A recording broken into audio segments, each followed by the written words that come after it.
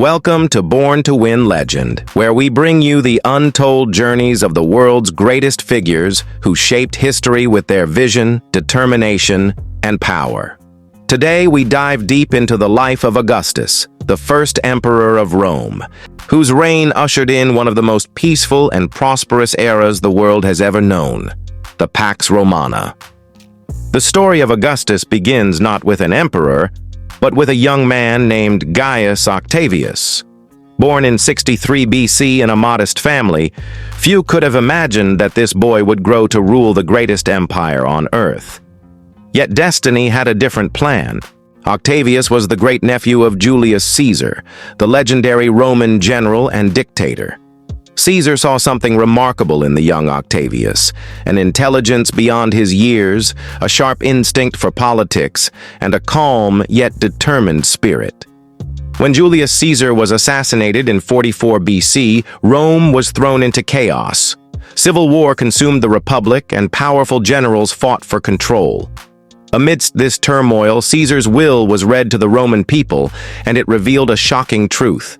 Caesar had adopted Octavius as his son and heir. Overnight, this quiet young man became the most important figure in Rome. From then on, he was known as Octavian, but power in Rome was never easily handed over. Octavian had rivals, the most powerful, of whom was Mark Antony, Caesar's trusted general and ally. Antony, with his military might and his famous love affair with Cleopatra of Egypt, was a force Octavian could not ignore. For years, the two men were locked in an uneasy alliance, sharing power but never truly trusting one another. The tension finally exploded into war. The decisive moment came at the Battle of Actium in 31 BC. Octavian's navy, led by his brilliant commander Agrippa, crushed the combined forces of Antony and Cleopatra. With this victory, Octavian became the undisputed master of Rome. Antony and Cleopatra would meet tragic ends, but Octavian emerged as the sole ruler. Yet he faced a delicate challenge. Rome had long despised kings, and the memory of Julius Caesar's dictatorship still haunted the Republic. Octavian knew that if he openly declared himself king, he would meet the same fate as his great-uncle. So he played the game of politics with unmatched skill.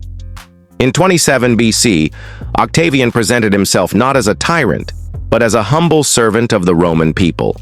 He offered to restore power to the Senate, but in reality, he kept the true authority firmly in his hands.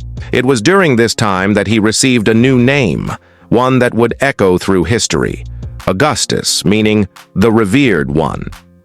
Augustus was careful to maintain the illusion of the old republic, but behind the scenes he had created a new system of government that placed all real power in his hands. With Augustus at the helm, Rome entered a golden age. For the first time in centuries, the empire knew peace. This period became known as the Pax Romana, the Roman peace.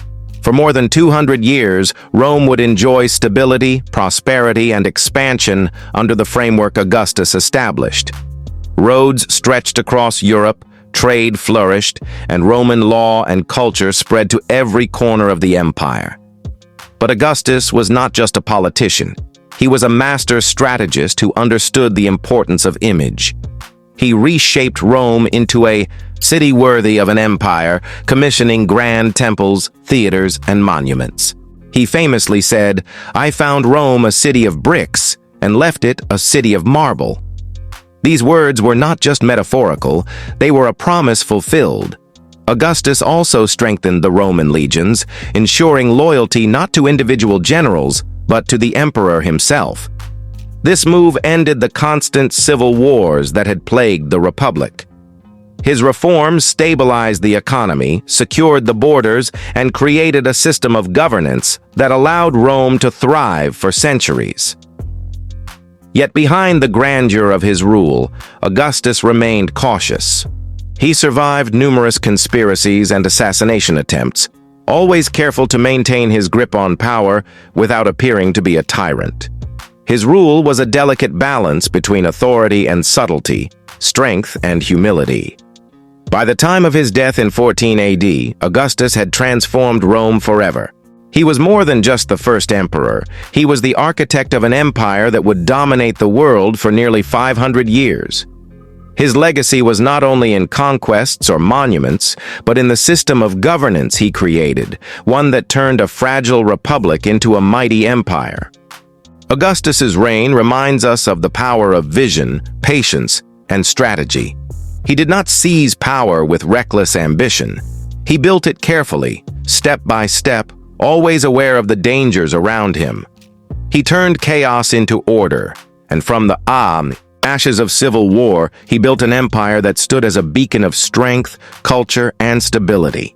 This is the story of Augustus, the man who began as Octavian, the adopted heir of Caesar, and who rose to become the first emperor of Rome, ushering in an age of peace the world still remembers today.